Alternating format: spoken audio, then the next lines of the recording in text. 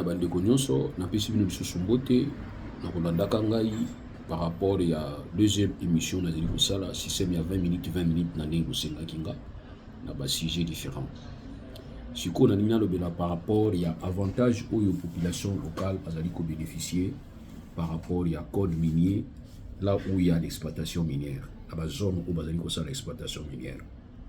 Code minier na biso aussi plutôt ezali code oyo ezali kopesa avantage mingi na RDC yango bokoyeba période oyo bayebaki na ko vulgariser code minier ya koyeba ko signer même en fait copublier yango même dans le journal officiel. Vous allez vous rendre compte que déranger qui bato ebele bazalaki déranger oyo tobengi baopérateur économique oyo tobenga société la multinationale mingi bazalaki déranger parce que code minier ayaki neti koramasser difficulté oyo l'état azalaki nango et puis finalement après eyaki kopesa moins avantage na population riveraine. Moi je voudrais aujourd'hui parler plus de la population riveraine par rapport à code minier. Par rapport à code minier face à régime ya hydrocarbures. Quel est l'avantage que la population riveraine a tiré dans le code minier? Dans le niveau code minier, basali otobengi comité de concertation. Dans le code minier, comité de concertation est composé par le chef de secteur et puis ils composé par l'autorité coutumière. Quand on bengi côté coutumière, ils chef de groupement, chef de village et puis finalement il y a aussi la société civile qui est récupérée. Parce que vous allez remarquer que les villages où ils ont exploité les mines, ils ont mis collé dans les entités administratives où il y a aussi des villes. Donc certains villages, ils ont soit des territoires urbano-rural. Quand on dit urbano-rural, c'est-à-dire ils ont ensemble des entités où ils ont plus dans la coutume et puis aussi ensemble dans l'urbanisation, c'est-à-dire ville, ils ont dépendent de la ville. C'est ainsi que vous allez remarquer que le territoire territoire urbano-rural, dans le territoire urbano-rural, il y a des chefs de secteur, il y a des chefs de groupement, il y a des chefs de village. Et puis voilà. Alors par rapport à Yango, il y a aussi à côté société civile. Alors le code minier est réglementé pour une commission de concertation, comité de concertation. Et dans le comité de concertation, on a dirigé ils allaient administrateur du territoire, la place Oyo, les alliés territoire. Voilà, le comité de concertation, c'est la qui n'a pas coin sur l'exploitation, il y a mine, ils alliés. Alors, bison à niveau il y a hydrocarbures dans le monde. Il y avait aussi cette approche parce que régime il y a hydrocarbures, et ça régime il est postérieur, c'est-à-dire et après. Mais bien avant, ils allaient qui soumis à autobengi comment va bengi yango contrat de partage de production. Dans le contrat de partage de production, nous avons trois parties. Nous avons l'État congolais, nous avons la société qui exploite, et puis nous avons la société riveraine. Donc je disais que nous avons les sociétés riveraines, la population riveraine. Alors, tant que exploitant banda kosala ba prospection bakutala banani bazana droit pembeni wana nakotala ka ba o bazana droit pembeni babenga ngo enquête ya intériorité oye banani azana droit likolo mabele wana il y a des droits fonciers pas droit foncier ça il y a aussi ayant droit coutumier qui n'ont pas sorte les documents mais baza wana ba premier résident fanda wana ba ko répertorier bango. Là où il y a un droit foncier, c'est-à-dire il y a un document il y a un droit foncier. Par exemple, un problème, pourquoi? Parce qu'ils savent ce qu'ils peuvent faire, ou soit l'État a ça de expropriation pour intérêt général, avec indemnisation à juste titre, pour voir toujours. Quand l'État prend comme ça, il faut indemniser à juste titre. Je parle de l'État sérieux, on parle de l'État voyou. C'est toujours comme ça. Quand l'État vient exproprier place, terrain, ou yabino, il faut que l'État va indemniser à juste titre parce qu'il y a ce que nous appelons préjudice moral. On a beau temps en mboka wana, mais mboka wana babi qu'il faut ibunga parce que l'État en a besoin d'exploiter wana. Donc on vient te demander de quitter. Mais na ko quitter wana bazo préjudicier moralement. maintenant faut pas compenser à l'état ya moni ba benga ngo ou indemniser à juste titre pour mutu abosa na mwa muke préjudice moral o ya ju na tinete azali kotika mabele ndenge bato bazalaki kolongwa na niveau ya côté oyo bazali kotia o bakotia port à non profonde ya eu de village bato babotama wana banda kala bakoko na bango batika bango bisika wana et aujourd'hui on leur demande de quitter na bigi mbongo ibimaki belé parce que mbongo wana ibimaki coïncidence ezalaki ensemble mbongo ibimaki na 10 millions de dollars ya nini ya contrat au cinéma qui ya contrat neuf au cinéma qui ya vena contrat neuf et cinéma qui entre la Périncorep et l'État congolais. Alors au même moment il y avait un décaissement de 8 millions de dollars.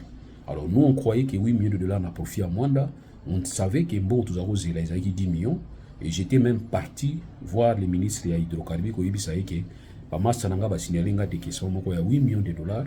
Alors je pense que ça 8 millions de dollars ko izali ko ya. Bon, c'est là où il va me dire que non, maître, vous ne perdez rien. Ce qui l'État a mis d'abord 8 millions de dollars, peut-être 2 millions après. Vous avez tout possible, c'est là où on parlait encore avec le ministre de l'Hydrocarbures, Didier Boutimbo. Voilà. Or, tant on a vérifié après, je suis quand même revenu lui dire que, Excellence, ils ont 10 millions, ils ont 8 millions sur les 10 millions, mais ils ont plutôt 8 millions qui ont indemnisé bateau, qui ont occupé site où ils ont port à nos profondes. Donc bateau na izo isabino lelo ke 8 millions de dollars de bimaki mais bateau na baza bande ko na biso tant nous avons vérifié ba msuba zoyi pesa ba ba 200 dollars ba msuba zoyi ba 150 dollars ba msuba zoyi ba 1000 dollars et avec interdiction période de bateau zo côté la bini bateau na Mwanda et sécurité zalaki bazo pesa bateau la mo ba biso ba ki to pesa 1000 dollars ko lobati ba côté lo na ndako.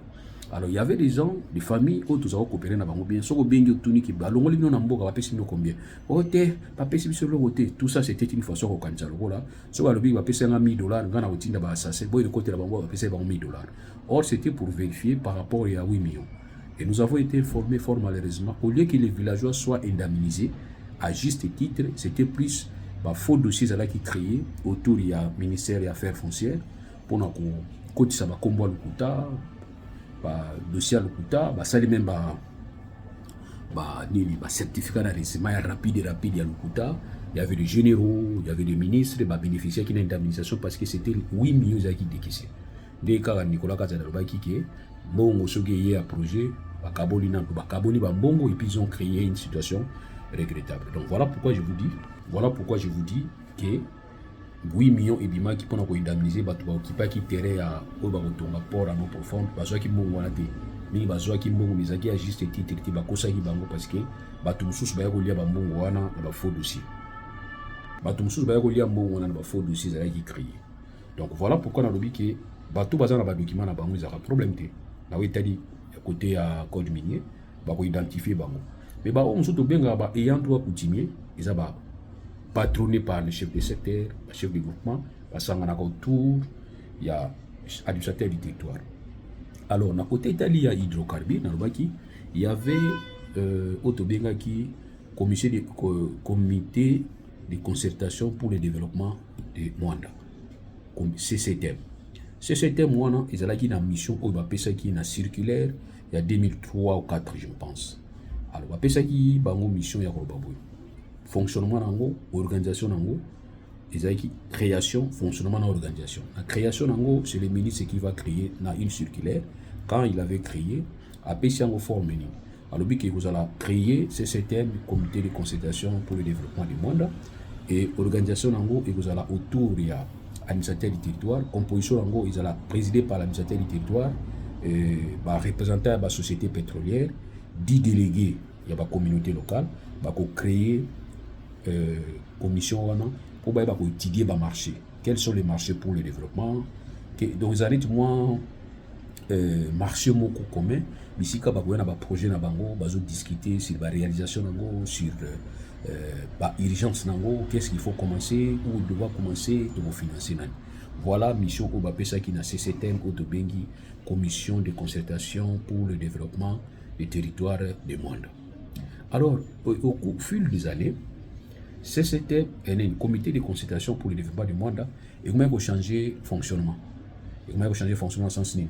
Nos frères à nous, bande konabiso, yanga, baoyo, bakongo abuma basolongo, ils vont transformer cette situation et, comme on dirait moi, chambre na bango, la concertation entre bango na bango. Babengaki makoko matatu. Tant ba osa masité on makoko matatu, ba ya ko ravir ba administrateur du territoire bazalaki wana na habité faiblesse na bango ezalaki nini. Et moi j'ai toujours compris ça qu'ils allaient peut-être en connivence na ba société pétrolière ou balingaki ko écarter les bato libanda. Ba koti sango kati ya logique ou bango balingaki, c'est-à-dire qu'ils soient en face des gens où ba yebité que droit eza ya bango et comment ils ont donné bazo aider biso. Nzoko bazo aider biso te mais nzoko eza droit na biso dans le cadre de partage à production. Que parti na parti faut soit part na ye. Alors maintenant comment ils ont donné moto fala peso droit a komi ko pesa yango lokola azo aider. Voilà, et comment ils demandent. Au moins bazo bongisa nzela ba komi financé par la père incorrect. Bazo tia peinture na ba école ezala banda 1900 kingandi. Bagotia réhabilité par la père. So ita la réhabilitation ça va peinture bache. Et puis ba komi ya munene réhabilité par père. So continue kati ba auditoire wana okuta mbeto ezate. Donc kaka ndenge ezalaka me bache libanda ba benga ba tombeau blanche. Alors voilà tokendeki na liro. Alors ngala banda ija ko réclamer. Lo ba ke no isa boité. C'est pas bien. Bo izo ke na logique ko isa malamte. Bo pesa ka biso mbongo na ndenge na biso. Mais avant de passer biso mbongo na biso to zwaka, il faudrait tout le tout possible tout restructurer d'abord Cocodem. Tout restructurer en gros de manière à ce qu'il y ait beaucoup plus la gestion transparente parce que la gestion n'était pas transparente. Dengeni. Bande kunanga ba wo so ba zui pour présidence bani ko tikate. Ngo biso za ande ngona. So ko zui oni ko tikala bani ngate. Ba conflit bandaki entre bande kuna biso ba solongo na biso. Conflit bandaki koma ki ba problème benda singa zonga boy. Na kati ya biso mo pe ba woyo conflit bandaki parce qu'il y a des ba woyo ya se oto benga ba woyo ya tano, c'est-à-dire ya forêt, ya likolo, ya savane, na ba woyo oya la mer. Pona biso ba woyo la mer to lubi non, biso nde côté exploitation za makasi. Et pour ça qui problème. Na bande na biso ya likolo. Conflit na ndenge moko ndimati. Entre biso na biso ba woyo ya mai, ya fleuve, ya nini ya océan, to bande to ba conflit. Car ba village mo bazo ba bénéfice. Tout ça ezaki politique ya exploitant. La société il y a pétrole one. Par contre ça biso ba division pour ba distraire biso ba ko diriger biso makasi. Voilà ndenge Cocodem ezalaki siko transformer. Na bengaki yango Cocodem pirate.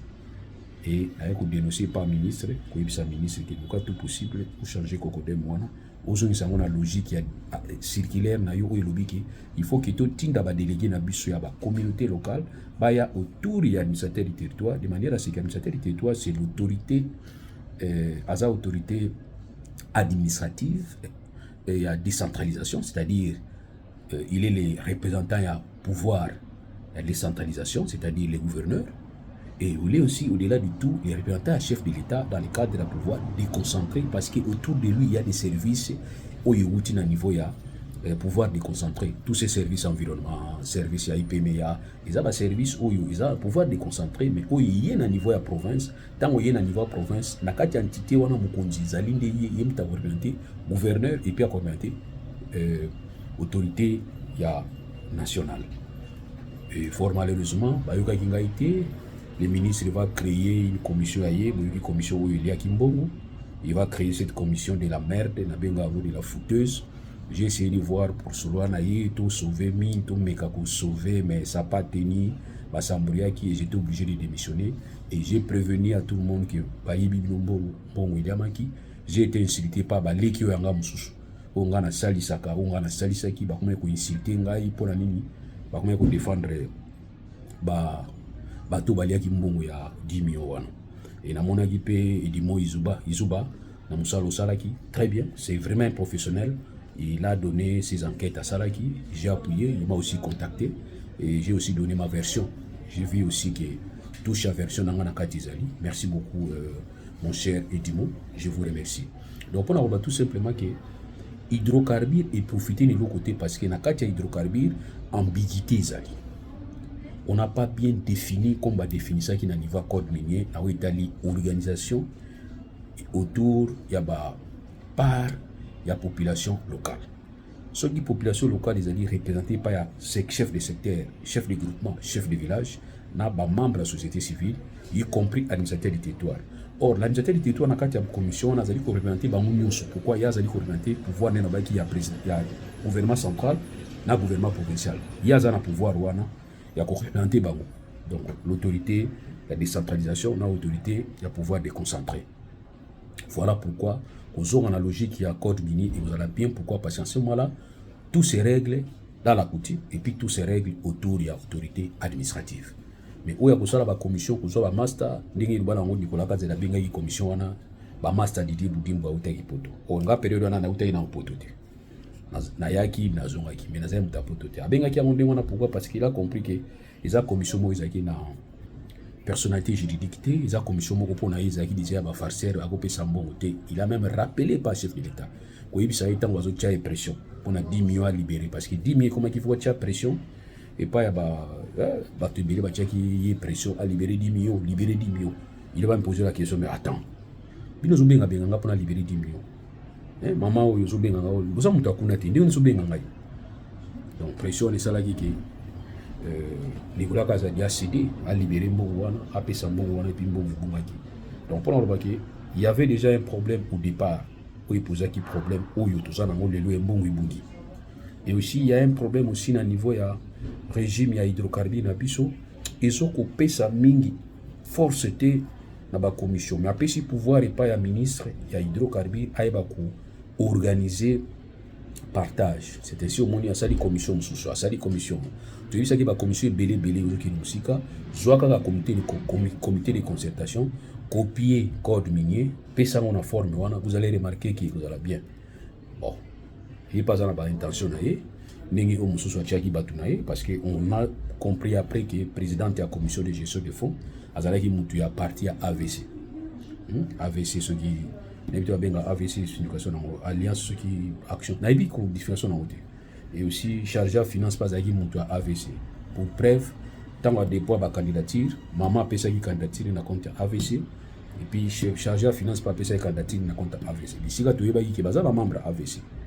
Donc ça c'était le clientélisme où il permettait ki bisoté to ba ko gérer mbongo wana bien et moi j'étais obligé à démissionner parce que na mon aki ils allaient qui clarté. On a répété pour la deuxième partie où on bagué code minier ils allaient bien structurer, ils allaient bien renforcer l'intérêt à communauté locale.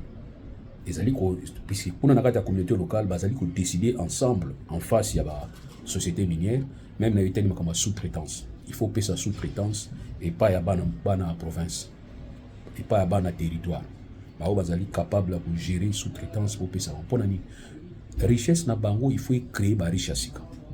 Et na moins de fois malheureusement richesse na biso ils allaient créer encore la pauvreté et ils allaient compouvrir biso davantage si ka retrouver facilement de commission on petit problème. C'est ainsi même ça il va tout sousouké 10 millions toujours qu'ils allaient qui cadeauter. Ils allaient qui lié na contrat pour l'état signant na ba société pétrolière na tine été quotité mauvaise à la réserver na population. Donc moi je pense qu'il ne faut pas tout le barra merci. Seul merci de repérer c'est pas le chef de l'État, tout au PSA qui chef de l'État, moi aussi les nombres. C'est là qu'il y a au monde 1, 2, 3, 4, 5, 6, 7, 8. Avena tout le monde n'a rien. Parce que dernier Avena va signer qui, bon il m'a qui est belé, bahati, n'attend à mi bahati pour n'aider aux amis ministre de l'économie période. Je vous ai vu danser dans Mwanda, vous avez bien signé Avena 8, Mwanda mon égard à Milinga, tout le monde qui est l'autre côté.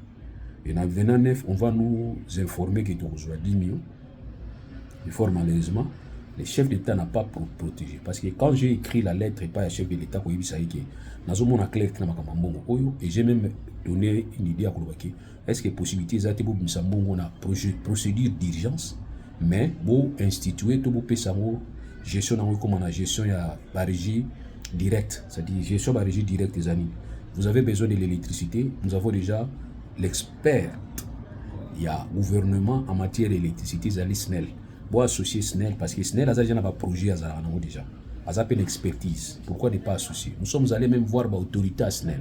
Mais comme c'était un coup pour nous empêcher d'évoluer, procédure na biso, déranger biso. Et nous sommes allés même voir la Perencorep parce que la Perencorep aujourd'hui ne peut pas distribuer l'électricité. Mais elle avait la capacité, et ou soit elle a la capacité, il y a produire l'électricité et à partir de gaz yango afutelaki mbongo wana ebele pour abanda produire l'électricité mais produire yango mpona kotekela nani mais baempêcher ye koteka en fait baempêcher ye kodistribuer. Or la Perencorep veut tirer les gaz pour produire l'énergie pour ye mpe soit à distribuer place pour ezalaki yango wana. Mais nous sommes allés voir la Perencorep mpona konégocier kotala est-ce qu'on ne pouvait pas transformer Mwanda et comment lokola une mairie comme ça permettre à la personnalité juridique pour créer une entité où il peut permettre à collaborer directement dans Perencorep pour y Mwanda comme yemoko ko distribuer ko commercialiser énergie naie où ya kozwa na fournisseur naie tout fournisseuse naie et que la Perencorep ça ils ont bloqué. Mais je suis désolé de vous dire que le chef de l'État lors d'un conseil des ministres il avait instruit le ministre de la Finance, le ministre de l'Hydrocarbure, le ministre de l'Hydraulique, qui savent que bazonga na Perencorep, ba qui nous travailler pour à partir de gaz et à Perencorep, ba pour électrifier le monde. Le chef d'État na campagne va dire que d'ici le 20 décembre, courir au côté du monde, til le 20 décembre parce que ma BP va production monde. Quand il vous dit la date, il faut insister sur l'année parce que 20 décembre c'est belé zoya. Donc tu es sur 20 décembre il y a 2025, sur 20 décembre à 2026. Tout ça, 20 décembre, il y a 2050, puis il y a 2100, puis il y a 2200. Merci beaucoup.